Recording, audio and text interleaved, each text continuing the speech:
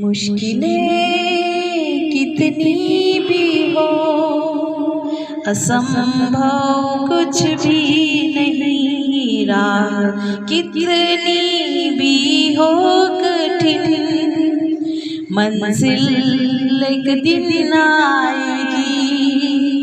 मुश्किलें कितनी भी हो, असंभव कुछ भी नहीं।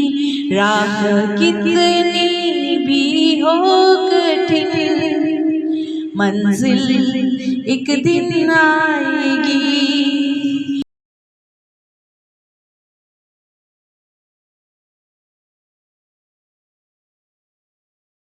प्रभु यीशु के मधुर नाम में आप सबको जय मसीह की। मैं परमेश्वर को धन्यवाद देती हूँ और अवसर के लिए जो कि ये मसीह लाइफ में ये भी अवसर मिला कि मैं अपनी गवाही को सबके सामने शेयर कर सकूं। और उन परमेश्वर के लोगों का भी धन्यवाद करती हूँ जिनके द्वारा ये हमें अवसर प्रदान। और मैं विश्वास करती हूँ कि मेरी गवाही के द्वारा जितने भी सुनने वाले सब आशीषित होंगे। हालेलुया। इस समय मैं अपना नाम बताना चाहूँगी। मेरा नाम रुत गरासिया है और मैं मसीह परिवार में मेरा जन्म हुआ और शुरू से माता पिता की अगुवाई में मसीह जीवन की शुरुआत हुई। लेकिन कई अभावों में, कई कमियों के कारण हम इतना अच्छे से मसीह को जान नहीं पाए। लेकिन ऐसे अवसर हमें मिले, कई बार हमें मिले कि बचपन में हम जैसे कि बाइबल की छोटी छोटी आयतों को याद करें, अपनी गवाही को दे।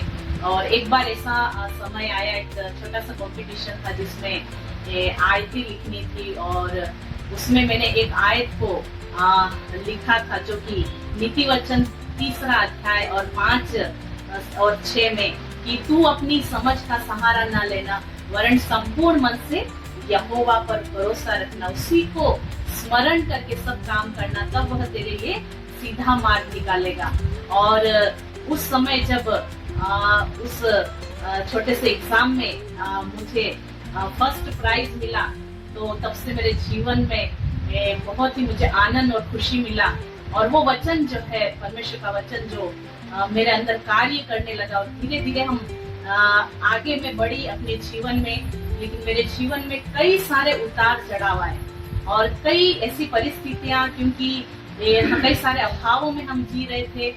पिताजी सेवकाई में तो थे लेकिन कई सारी चीजों की कमी होती थी और अच्छे से हमें भोजन वगैरह भी हमें नहीं मिल पाता था। कोई ऐसे साधन भी नहीं थे। हमारा गांव जो है बहुत ही रोड से बहुत इंटीरियर है और वहां से रोड तक निकलने में कम से कम 6-7 किलोमीटर का अंतराल है और हम पैदल चल के स्कूल जाते। और इस प्रकार से हमने जीवन में बहुत संघर्ष किया और मैंने अपनी लाइफ में कभी नहीं सोचा था कि मैं इस स्टेज तक पहुंचूंगी।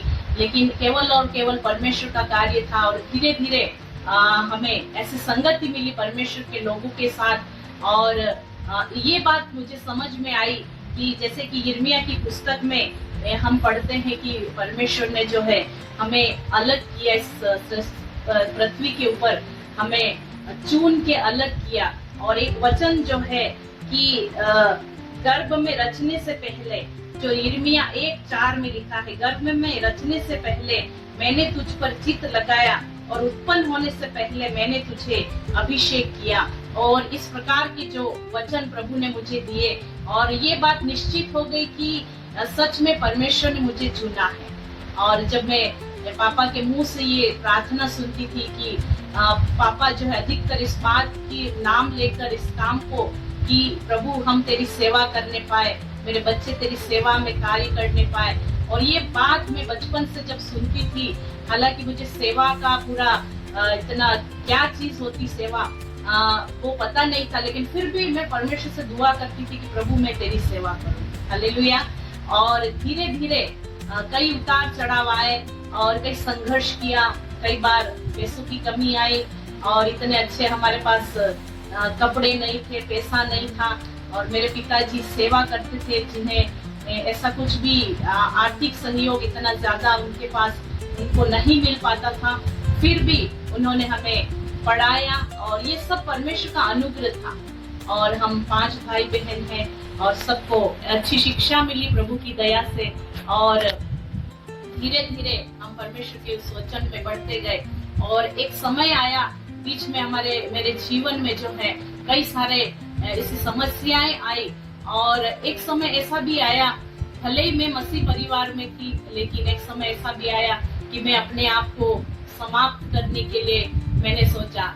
लेकिन परमेश्वर जो है जब चुनता है, जब वो अपना हाथ पकड़ता है, वो कभी नहीं छोड़ता, क्योंकि वचन कहता है मैं ना तुझे छोड़ूंगा ना कभी त्यागूंगा, जगत के अंत तक सदैव मैं तुम्हारे संग रहूंगा। हालेलुया। और ऐसे ऐसे वचन जो है परमेश्वर ने मुझे हिम्मत दिया, उन वचनों के द्वारा मुझे हिम्मत मिली, और आज मैं जो कुछ भी हूँ वो परमेश्वर के अनुग्रह से हूँ।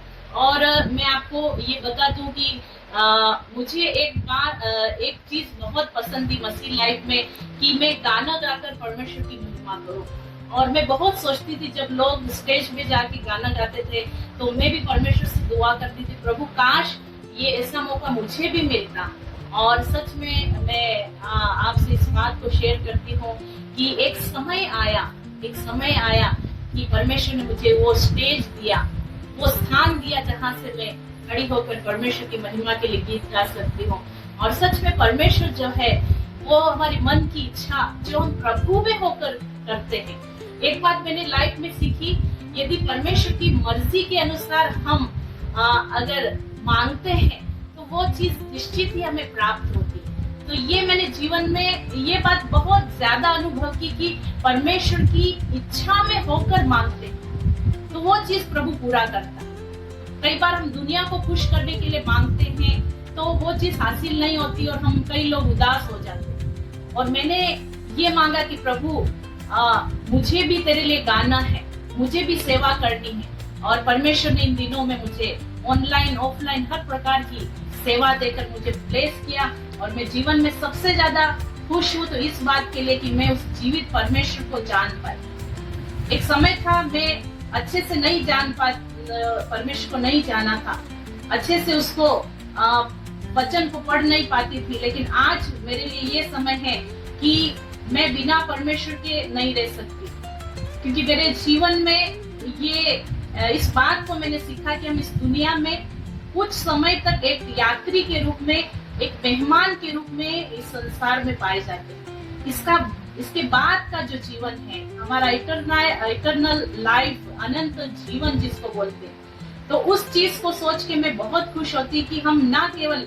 इस संसार में, इस दुनिया में, लेकिन आगे भी हमारा जीवन जो है सुरक्षित है, क्योंकि हम वो अनंत जीवन के वारिस होने जा रहे हैं। तो मेरे इस जीवन में कई परमेश्वर के लोगों का हाथ है, उनकी दुआएं हैं और उनकी ब्लेसिंग है जो आज मैं यहाँ तक पहुँच पाई। हालेलुया। और मैं परमेश्वर को धन्यवाद देती हूँ कि आगे मेरा जितना भी जीवन है वो मैं लोगों की सेवा में, परमेश्वर की महिमा में, क्योंकि हम सब जानते हैं परमेश्वर ने हमें क्यों बनाया, किस उद्देश्य से इस दुनिया में रखा, हम जानते हैं। तो वो उद्देश्य ये है कि हम परमेश्वर की महिमा करें, हमेशा उसकी स्तुति और तारीफ करें, और ऐसे हम इन दिनों में आगे बढ़ते चले जाएं। मैं आपके सामने 2 लाइनी गीत भी गाना चाहूंगी जिसके द्वारा परमेश्वर के नाम की महिमा हो सके, क्योंकि परमेश्वर ने मेरे मांगने से ज्यादा मुझे आशीषित किया है, मुझे दिया। मैंने कभी सोचा नहीं था वो चीजें परमेश्वर ने मुझे दी, क्योंकि वचन कहता है पहले उसके राज और धर्म की खोज करो तो तुम्हें सारी वस्तुएं मिल जाएगी, और वो सारी वस्तुएं परमेश्वर ने मुझे दी है। आइए छोटा सा एक कोरस गाकर परमेश्वर को महिमा करेंगे। मेरे मांगने से ज्यादा, मेरे सोचने से अच्छा, मैंने पाई है आशीष यीशु से। मेरे मांगने से ज्यादा, मेरे सोचने से अच्छा, मैंने पाई है आशीष यीशु में। मैं भटका हुआ मुसाफिर, मेरी राहों में भी मुश्किल, मैंने पाई है मंजिल यीशु से। मेरे मांगने से ज्यादा, मेरे सोचने से अच्छा मैंने पाई है आशीष यीशु में, यीशु में। तो धन्यवाद, थैंक यू जेम्स। आपको जय मसीह की जय मसीह। धन्यवाद। हम कुछ बातें आपसे चाहिए। यीशु मसीह को मानने में क्या बदलाव आए आपके लिए? यीशु मसीह को मानने से मेरी लाइफ में बहुत सारे बदलाव आए। और वैसे तो मैं मसीह परिवार से थी, लेकिन जब यीशु को अच्छे से जाना और यीशु मसीह मेरे दिल में आया तो धीरे धीरे उसका स्वभाव जो है मेरे अंदर आने लगा। और जैसे कि बाइबल में पढ़ते हैं यीशु का स्वभाव कैसा था और उसने किस रीति से इस दुनिया में रहकर कार्यों को किया, ये सारी चीजें जैसे जैसे वचन के माध्यम से थोड़ा थोड़ा करके मेरी लाइफ में आई। तो आज मैं ये गवाही दे सकती हूँ कि मैं हमेशा ये प्रयास करती हूँ कि यीशु मसीह का लाइफ कैसा था जब वो इस दुनिया में रहे। जब 3.5 साल की सेवकाई को यीशु मसीह ने किया तो उसके जीवन में उसने क्या क्या कार्य किए, जैसे कि उसने जैसे हम देखते हैं कि वो जो अंधे लूले लंगड़े और जो परेशान थे, बीमारियों में थे, वो उनके संग रहा, उनकी मदद किया, उन्हें चंगाई दी। और हालांकि हम वहां तक वो कार्य तो हम नहीं कर पाए, लेकिन एक काम जो परमेश्वर ने दिया कि हम उसके लिए प्रार्थना करें। और ऐसा भी हुआ कि कई लोग जो है चंगाई को भी प्राप्त किए हैं। और मेरी लाइफ में मैंने हमेशा सबसे पहला जो यीशु मसीह के स्वभाव में आने का मैं हमेशा प्रयास करती रहती हूँ कि यीशु का स्वभाव कैसा, वो किस तरह से लोगों के साथ व्यवहार करता है। तो सेम वो बातें मेरे जीवन में आनी चाहिए करके मेरे जीवन में मैं धीरे धीरे जैसे बाइबल में लिखा अंश अंश करके हमारा जीवन जो है बदलता जाता है। तो एकदम से लाइफ नहीं बदलती, लेकिन यीशु मसीह जब हमारे जीवन में आता है तो धीरे धीरे बदलाव आता। वो प्रेम, वो दया, वो सहनशीलता और आत्मा का जो फल है ना, प्रेम, आनंद, धीरज, कृपा, भलाई, नम्रता, संयम, ये चीजें धीरे धीरे मैं अपने लाइफ में पहुंचने लगी।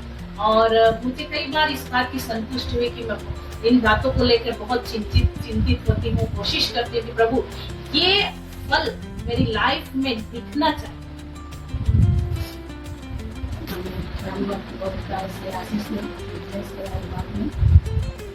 आपके गवाही के दौरान मुझे ये पता चला कि आपके बचपन में कंपटीशन हुआ और कंपटीशन में कुछ एक आयत में आपको छुआ और उससे आपने काफ़ी कुछ महसूस किया, प्रभु ने आपको दिल को छुआ। तो उससे क्या बदलाव, वो आयत आपके जीवन में कैसे छुआ था?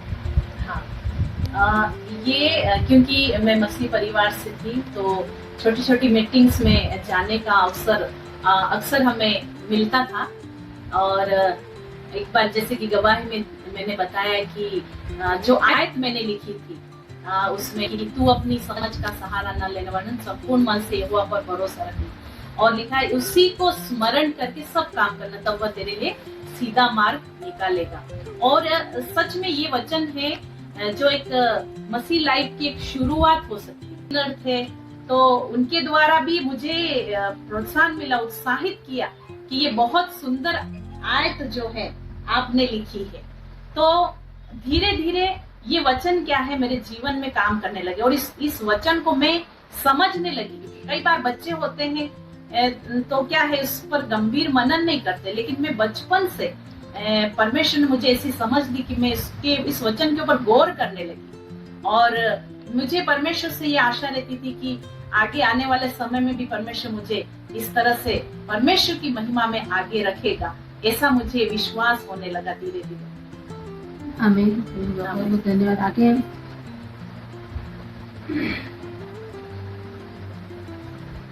जीवन में कोई बहन अगर प्रार्थना करे कई सालों से और उसकी प्रार्थना का जवाब नहीं आ रहा है तो उस बहन को क्या करना चाहिए? ये क्वेश्चन हम सबके लिए भी हो सकता है। और कई बार क्या है हम कोई चीज को मानते हैं और जैसे कि मैंने पहले भी अपनी गवाही में बताया कि जब हम परमेश्वर की इच्छा से मांगते हैं और परमेश्वर चाहता है तो निश्चित ही वो कार्य परमेश्वर हमारे जीवन में होने देता है। और अगर हमारे लिए वो चीज अच्छी नहीं है या परमेश्वर की कई बार ऐसी योजनाएं होती है, परमेश्वर हमें धीरज को बढ़ाना चाहता है। ये मेरा भी अनुभव है और कई बहनों का, लोगों का अनुभव हो सकता है। कई बार वो देर करता है परमेश्वर, ताकि हमारा धीरज, हमारी आशा परमेश्वर पर लगी रहे। एक व्यक्ति है जो यूहन्ना की 5वें अध्याय में जो 38 साल का एक रोगी है, जो 38 साल से इस उम्मीद से बड़ा हुआ है उस ओसारे के अंदर, जो वहां पर लिखा हुआ ओसारे के विषय में, और कई सारे वहां बीमार है, लेकिन एक व्यक्ति जो 38 वर्ष के नाम से जाना जाता है, तो वो लंबे समय से इंतजार कर रहा है कि मुझे चंगाई मिले, उस कुंड में मैं पहले उतरूं। लेकिन वो बहुत लंबा समय होता है। लेकिन जब एक समय आता है, यीशु मसीह वहां से होकर गुजरते हैं और कई बीमार होते हैं, लेकिन वो 38 वर्ष के बीमार जो आदमी है उसी के पास जाकर रुक जाते हैं और यीशु मसीह से बातचीत करने लगते हैं। और यीशु मसीह स्वयं जब उसके पास चले जाते हैं तो यीशु मसीह उससे बातचीत करते हुए कहते हैं कि तू उठ और अपनी खाट उठा और चल फिर। तो एक समय आया, यीशु मसीह ने भले ही इंतजार लंबा करना पड़ा, लेकिन एक न एक दिन परमेश्वर ने उसको आंसर दिया और उसके द्वारा परमेश्वर की महिमा हुई, जो आशीष आज भी हम पढ़ के पाते हैं। कारगाया शेरों की मां, ना रोक सके प्रभु का हाथ, हुकूमत की साजिशें ना रोक सके आशीषें, हुकूमत की साजिशें ना रोक सके आशीषें। मुश्किलें कितनी भी हो, असंभव कुछ भी नहीं, राह कितनी भी हो कठिन, मंजिल एक दिन आए।